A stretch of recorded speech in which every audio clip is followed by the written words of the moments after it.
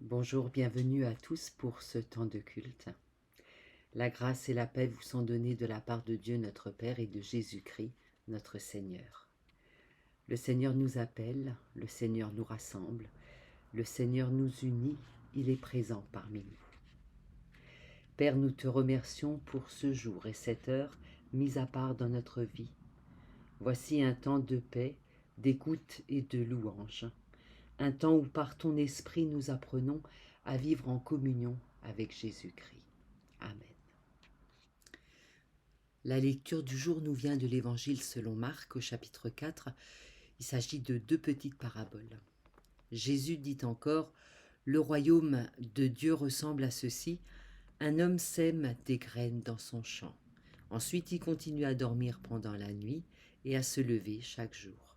Et pendant ce temps, les graines poussent et grandissent, mais cet homme ne sait pas comment. La terre fait elle-même pousser d'abord la plante, puis l'épi, enfin les grains dans l'épi. Et dès que les grains sont mûrs, on se met au travail avec la faucille parce que c'est le moment de la récolte. » Jésus dit encore « À quoi peut-on comparer le royaume de Dieu ? Avec quelle histoire est-ce qu'on peut en parler ? Le royaume de Dieu ressemble à une graine de moutarde. Quand on la sème dans la terre, c'est la plus petite de toutes les graines du monde. Mais ensuite elle pousse et elle devient la plus grande de toutes les plantes. Elle a des branches si grandes que les oiseaux peuvent faire leur nid sous son ombre. » Jésus annonce à tout le monde la parole de Dieu en racontant beaucoup d'histoires de cette sorte. Il le fait dans la mesure où ils peuvent comprendre. Jésus leur parle toujours avec des comparaisons.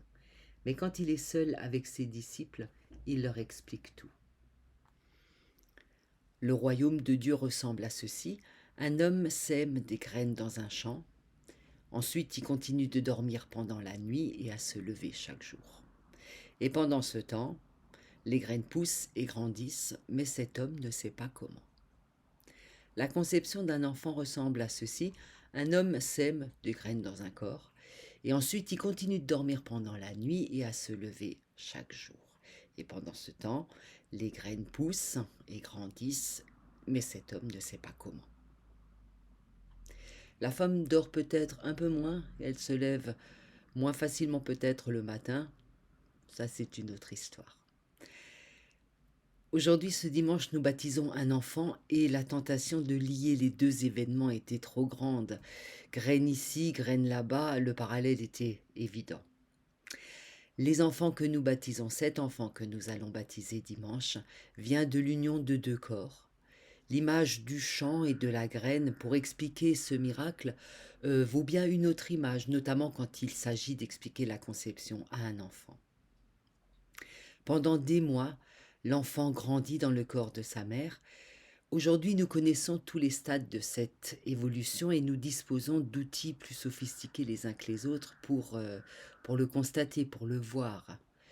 C'est émouvant pour les parents, c'est nécessaire pour le personnel de santé et ça reste tout de même un miracle. Miracle de la vie qui se transmet ou qui se crée, selon les mots que vous préférez. Alors si la graine de moutarde nous parle aujourd'hui de conception, si cette image de la graine semée dans un champ nous parle de conception, je crois qu'elle nous parle aussi, peut-être plus encore, de transformation. Et en cela, en fait, cette image nous parle du baptême. J'ai apporté ce matin une petite graine de moutarde, elle tient sur mon index.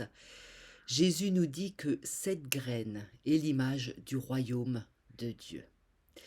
C'est une formulation curieuse qu'on essaye de comprendre depuis 2000 ans. Le royaume de Dieu, c'est quoi ? Alors partons de l'hypothèse, qui est celle de nombreux commentateurs, que le royaume de Dieu est une manière de dire que Dieu est présent dans nos existences, dans nos vies, dans nos rencontres, dans l'Église. Alors on peut conclure que la présence de Dieu est semée dans nos vies. On peut le dire autrement aussi, Dieu est la graine de moutarde éventuellement ou une autre graine. Dieu est cette graine qui est semée dans notre humus, dans notre humanité. Et il pousse, comme un enfant pousse dans le sein de sa mère, comme une graine pousse dans nos jardins. En baptisant un enfant, un adulte, nous semons la présence de Dieu dans sa vie. Et les parents, les parrains et marraines, s'engagent à reconnaître cet état, à poursuivre le travail qu'on initie un jour, qu'on rend officiel, public, un jour dans la vie de cet enfant. Alors ce qui est vrai pour l'enfant baptisé, l'est vrai pour chacun de nous en réalité, c'est autant vrai pour nous que ça l'est pour cet enfant. Si Dieu est présent dans nos vies, dans nos rencontres, dans nos échanges, et qu'il pousse tranquillement quand nous nous couchons et quand nous nous levons, alors nous n'avons plus à rechercher ou à revendiquer la présence de Dieu parmi nous. Nous n'avons plus à appeler son action parmi nous, mais d'abord à reconnaître la présence de Dieu en nous, dans nos liens, dans nos relations, dans nos actions et dans nos engagements. Et à nous laisser transformer ensuite et même envahir par cette graine qui va prendre de plus en plus de place, de plus en plus d'ampleur en nous, pour devenir finalement une grande plante, la plus grande plante. Regardez en vous, regardez les relations que vous avez avec vos proches, avec vos lointains. Dieu s'y trouve. Je crois que c'est ce que Jésus nous dit dans ces petites paraboles, dans ces deux petites paraboles que nous avons lues. Dieu se trouve ici, tout proche de nous. Il irrigue et il nourrit. Il nous précède et nous accompagne. Il est proche, bien plus proche encore que ce que nous croyons. Et puis il grandit en nous au fil du temps, presque à notre insu en fait, si on suit les paroles de Jésus. Réaliser que cette transformation est possible et qu'elle est réelle, je crois que c'est le premier pas. Reconnaître la présence de Dieu en nous et dans nos vies, dans l'Église, dans notre société, c'est le premier pas. Et puis laisser Dieu s'épanouir de plus en plus au fil du temps est le second pas. Les paroles de Jésus sont d'abord une invitation à reconnaître que Dieu est bien là, au milieu de nous, même si nous ne le voyons pas ou si nous oublions qu'il est là. Et puis c'est aussi une invitation à grandir avec Dieu à l'image de l'enfant, à l'image de ce bébé qui grandit dans le sein de sa mère. Laisser Dieu grandir, accueillir sa présence en harmonie avec nos engagements et nos convictions. Amen.